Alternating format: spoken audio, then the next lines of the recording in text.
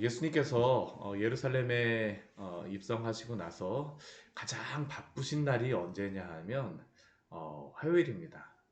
사실 뭐 다른 날이 안 바쁘셨던지는 않으셨을 겁니다. 여러 가지 많은 사건이 있으셨을 텐데, 그런데 예수님의 그 일거수일투족에 대하여서 명확하게 그 거의 하루 동안 일어나는 일들을 거의 뭐 다 기록한 그러한 날이 이 화요일입니다. 왜냐하면 이 화요일 같은 경우에는 성전에 그 뭐 청결하게 하신 이후로다. 그 성전의 그 뭐 대제사장들과 또한 뭐 장로들, 에, 그들이 와서 예수님께 권위 논쟁을 시작한 후로다. 예수님과 그들과의 그러한 논쟁이 계속 진행됩니다. 해가 질 때까지 이제 24장, 25장 말씀을 보게 되면 종말에 대한 말씀을 하시는데 그것까지도 다 화요일에 있었던 일입니다. 그러니까 예수님이 이 화요일 날은 사람들과 계속 그 종교 지도자들과 계속적으로 논쟁을 하시죠. 사실 지금까지 논쟁을 이 정도 하고 그들이 예수님의 말씀을 이 정도 들었으면 그들이 지금 예수님께 보여야 될 모습이 무엇일까요? 회개하고 예수님께 돌아와야 됩니다. 회개하고 예수님께 돌아와야 되는데 그렇진 않습니다. 그렇진 않아요. 오늘 말씀도 이제 논쟁에 대한 말씀인데, 어제 말씀에서도 세금에 대한 것으로서 세상에 보이는 것으로서 논쟁을 하였다라면 오늘은 예수님께 성경 말씀을 가지고 논쟁을 하기 시작합니다. 아, 참 인간이 예수님께 굴복한다라는 게 쉽지 않습니다. 정말 이러한 모습을 보게 되면 우리의 인간의 죄성이 얼마나 뿌리 깊은가라는 것을 보여주시는 게 바로 이 논쟁의 말씀이죠. 오늘 말씀을 보면 그 예수님께 사두개인들이 옵니다.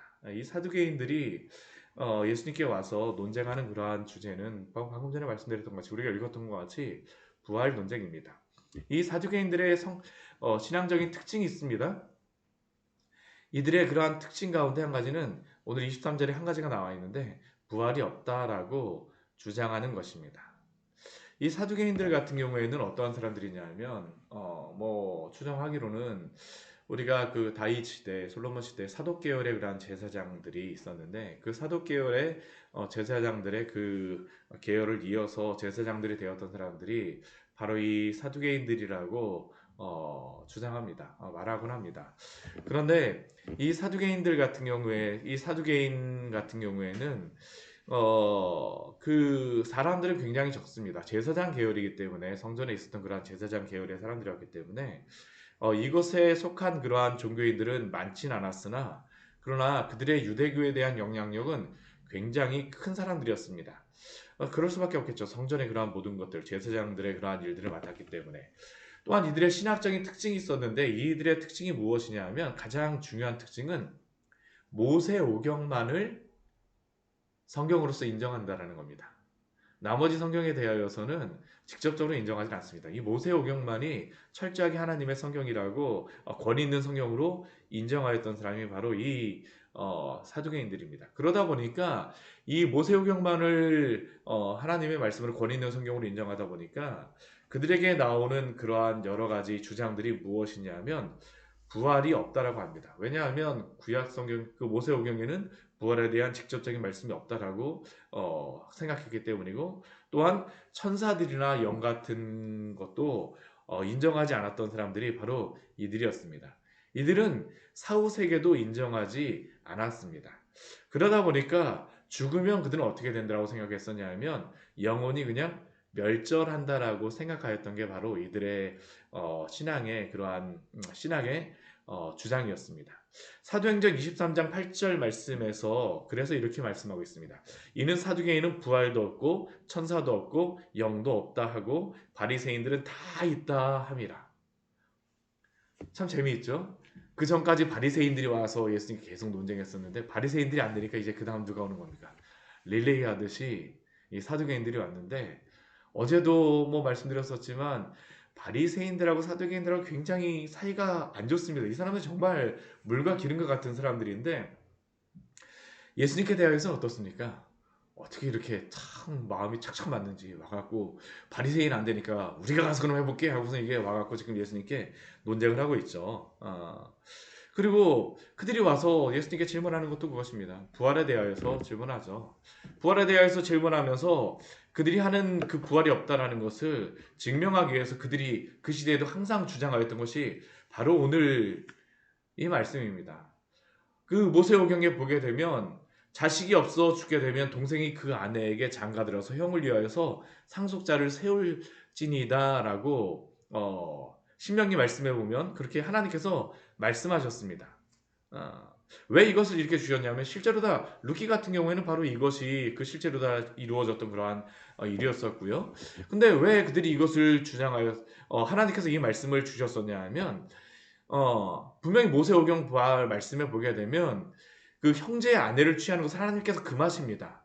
그럼에도 불구하고 형이 죽게 되면 동생이 그 형의 아내를 취하라라고 이야기를. 왜냐하면 이스라엘 백성에게 하나님이 주신 그 중요한 것이 있었는데 그게 뭐냐면 기업을 잇는 것입니다. 기업을 잇는 것입니다. 형의 아내를 취하는 것이 중요한 것보다도 정말 중요한 것은 형의 아내를 통하여서 자식이 태어나서 그 기업을 형의 이름으로 계속 물려주게 하는 것이 바로 이 형사취수법 이것을 주신 그러한 이유였습니다. 그런데 이 사두개인들은 이걸 가지고 무엇을 증명하는 데 사용하였었냐 하면 부활이 없다라는 것을 증명하는 데 이들이 썼던 방법이 바로 그것입니다. 이들이 무엇을 주장합니까? 친형제가 있었습니다. 많은 자식을 낳은 집안입니다. 그렇죠? 이 시대 같으면 복받은 집안이에요. 그런데 복받은 집안임에도 불구하고 이들의 주장에 하면 참 복이 없는 집안입니다. 왜냐하면 형이 아내에게 장가들었다가 그, 그 아내에게 자식을 낳지 못하고 형이 어떤 일을 당해서 일찍 죽습니다. 그래서 그 동생이 또 장가들었는데 또 죽어요. 그래갖고 일곱째 아들까지 이렇게 하고 다 죽었다라고 이야기를 합니다. 얼마나 기구한 집안이고 또 그 여인도 얼마나 기구한 여인입니까? 그렇죠. 그런데 이들은 그것을 가지고 부활이 없다는 것을 증명하죠. 예수님께서 질문합니다. 무엇이라고 질문합니까? 최후에도 그 여자도 죽었는데 만약 이렇게 그 형제들이 다 그 한 여인을 아내로 취하였으면 도대체 부활 때에 이 여인은 일곱 중에 누구의 아내가 되는 것이 옳겠습니까? 라고 질문합니다. 자, 이게 말도 안 되는 질문입니다. 하나님 말씀하시는 것에 대해서는 전혀 문맥에 대해서는 그 맥락에 대해서는 전혀 이해하지도 않고 자기들의 논리를 위하여서 하나님의 말씀을 막 짜깁기 하면서 막 사용하는 것이죠. 그러니까 예수님께서 이들을 향하여서 말씀하시는 것이 무엇일까요? 우리 29절 말씀 같이 한번 읽어보도록 하겠습니다.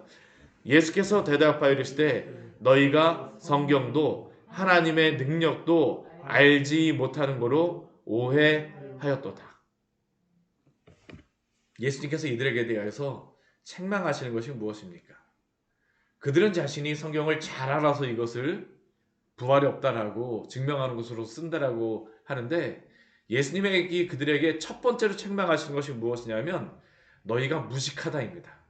너희가 성경에 대해서 알지 못한다입니다.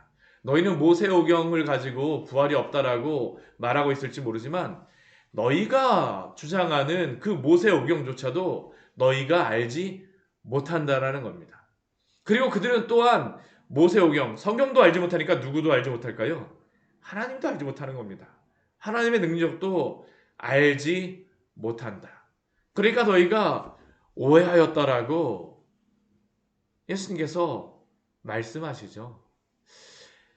우리 인간이 하나님을 믿는다, 성도들이 하나님을 믿는다 하면서도 불신앙에 빠지는 이유가 무엇일까요? 우리가 하나의 파편적인 사실에만 우리가 관심을 기울이게 되면 사실 우리가 신앙을 가진다 하면서도 불신앙에 빠지기가 굉장히 쉽습니다. 왜 그럴까요?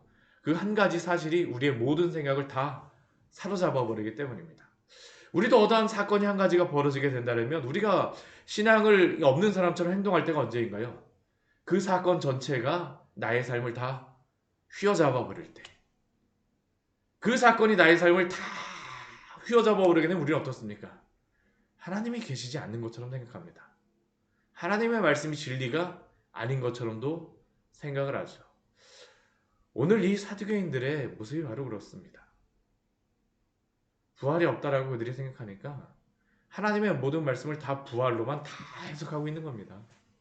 하나님에 대해서도, 하나님 믿는다고 하면서도 하나님에 대해서도 사실은 생각하지 않는 것입니다. 우리도 사실은 그렇다라는 것이죠. 한 가지 사건 어떤 발생하게 되면 이것 때문에 하나님이 갑자기 어제까지도 하나님이 살아계셔서 나와 함께 하셨던 것 같은데 이 사건 한 가지 때문에 우리가 어떻습니까? 하나님이 살아계신 것 같지 않아요. 어떠한 한 가지의 것들에 딱 꽂히게 되면 그것 때문에 하나님의 말씀도 들어오지 않는다라고 우리가 이야기합니다. 그러나 그렇지 않습니다. 오늘도 하나님은 살아계셔서 당신이 말씀하신 그 말씀과 함께 당신의 일을 이루어 가시는 줄 믿습니다. 우리의 믿음은 바로 이것입니다. 우리의 믿음은 바로 그것이죠. 하나님 오늘도 살아계셔서 당신의 말씀으로 역사하십니다. 우리가 이것을 잊지 말아야 합니다. 오늘 사도행인들에게 예수님께서 이것을 가지고 책망하십니다. 그들이 비록 성전에서 선생이라 불리고 제사장이라 불리고 존경을 받고 그들이 권위가 있는 자라고 하지만 그들은 성경도 알지 못하고 하나님의 능력도 알지 못하는 자라고 예수님께 책망을 받습니다. 그러면서 예수님께서 그들에게 무엇이라고 말씀하실까요? 30절 말씀에 오게 되면 부활 때에는 장가도 아니가고 시집도 아니가고 하늘에 있는 천사들과 같다라고 말씀하십니다. 부활이라고 하는 것은 무엇입니까? 죽음이 생명을 바뀌는 것입니다. 영원한 생명을 얻는다라는 것입니다. 부활한 사람들은 어떡할까요? 더 이상 죽지 않습니다. 영원한 생명을 얻은 사람들이 바로 이 부활을 얻은 사람들입니다. 그렇기 때문에 이 사람들에게는 더 이상 장가도 갈 필요도 없고 시집도 갈 필요가 없습니다. 왜냐하면 우리가 자녀를 낳는다라고 하는 것은 우리가 그 영원하지 못하기 때문에 자녀도 낳는 그러한 것이지, 영원히 살지 못하기 때문에 자녀도 낳는 것이죠. 우리가 영원히 산다면 자녀를 낳을 필요가 무엇이겠습니까? 장가도 가지 않고 시집도 가지 않는다라고 예수님께서 우리에게 분명히 말씀하십니다. 하늘에 있는 천사와 같이 영원히 영원한 생명을 얻을 것이라고 예수님께서 말씀하여 주시죠. 부활 때는 그것이 없다라는 겁니다. 그리고 그들이 부활을 논하면서 성경에서 부활이 없다라고 그들이 주장하지만 예수님께서 부활이 있다라는 것을 모세오경의 말씀을 가지고 증명하여 주시죠. 우리 31절 말씀을 보게 되면 하나님이 너희에게 말씀하신 바라고 하십니다. 하나님이 너희에게 말씀하신 바. 우리 32절 말씀 같이 한번 읽겠습니다. 나는 아브라함의 하나님이요 이삭의 하나님이요 야곱의 하나님이로다 하신 것을 읽어보지 못하였느냐. 하나님은 죽은 자의 하나님이 아니요 살아있는 자의 하나님이시니라 하시니. 아멘. 우린 이 말씀은 출애굽기 3장 6절의 말씀을 인용한 것입니다. 하나님께서 모세에게 자신을 계시하시고 난 다음에 말씀하시죠. 나는 아브라함의 하나님이요 이삭의 하나님이요 야곱의 하나님이로다. 모세에게 말씀하셨습니다. 근데 이 말씀 가운데 중요한 것이 무엇이냐면 나는 아브라함의 하나님이었고 이삭의 하나님이었고 야곱의 하나님이었고 라고 모세에게 말씀하신 것이 아니라 정확하게 현재형으로 나는 아브라함의 하나님이요 이삭의 하나님이요 야곱의 하나님이라고 말씀하신 것이죠. 이것은 하나님께서 이삭에게도 그렇게 말씀하셨고요 야곱에게도 그렇게 말씀하셨습니다. 야곱에게도 나는 아브라함의 하나님이고 이삭의 하나님이고 너의 하나님으로 나타났다라고 말씀하신 것 같이 모세에게는 어떻습니까? 나는 아브라함의 하나님이요 이삭의 하나님이요 야곱의 하나님이라고 말씀하시는 겁니다. 그리고 이것은 오늘 우리에게도 동일하게 말씀하시는 줄 믿습니다. 오늘 나의 하나님.